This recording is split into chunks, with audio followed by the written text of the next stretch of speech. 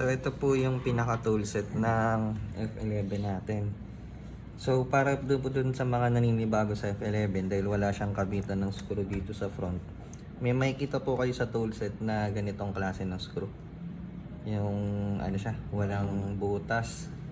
Ang purpose po niya ay para po dito ikabit natin dito sa bronze tube niya. I-twist lang natin yan. At saka i-hook natin sa front panel po. Ito po yung front panel niya.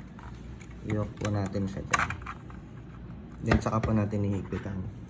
Ganun din po sa isa. Ihigpitan lang natin to. Tapos i-hook naman natin dito sa kabila.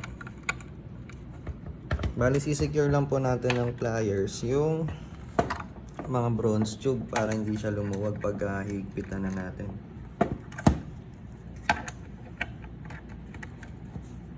Then yan po. Meron na kayong pang screwhan dito sa front panel. Next naman po is yung pagputol nito. Kung standard yung door, ito po yung para sa back panel natin. Hanggang pangalawang linya po, sakto na yan. Sa pag-assemble po, secure lang natin yung goma ng F11.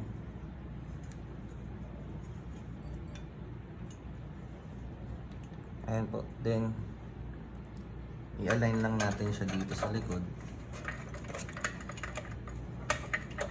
Then next po is yung front panel. So, kailangan lang natin i-align ito. Dito.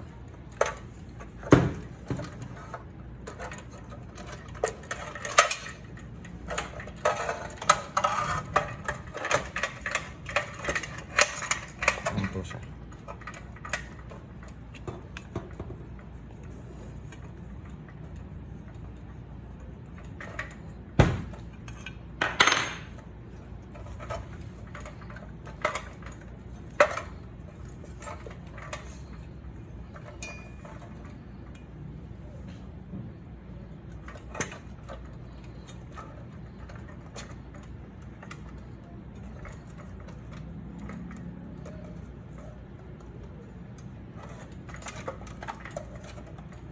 Kapag na-secure na po natin sa pinaka-wiring niya, hanapin lang po natin yung pinaka-screwhan po na may kita dito sa baba.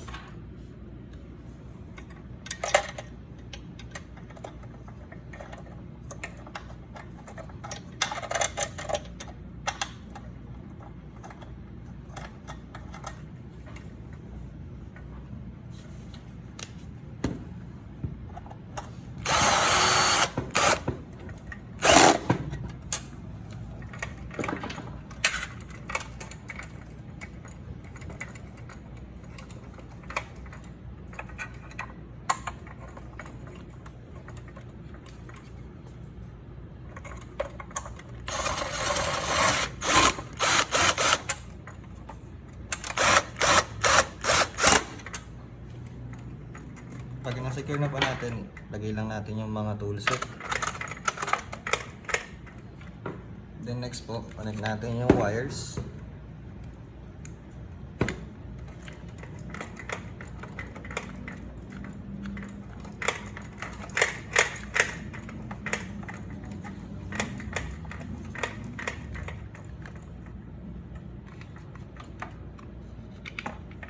Then i-assemble na po natin.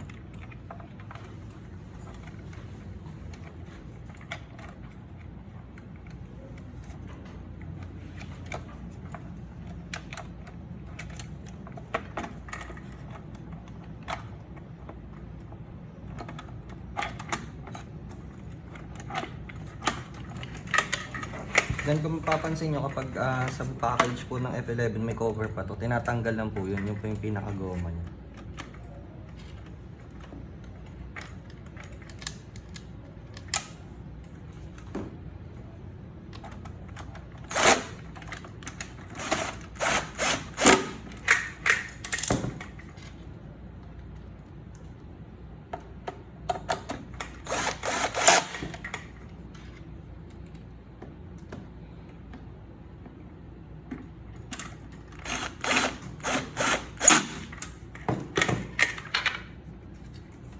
Battery cover, salpak din, okay na po. And there you have it.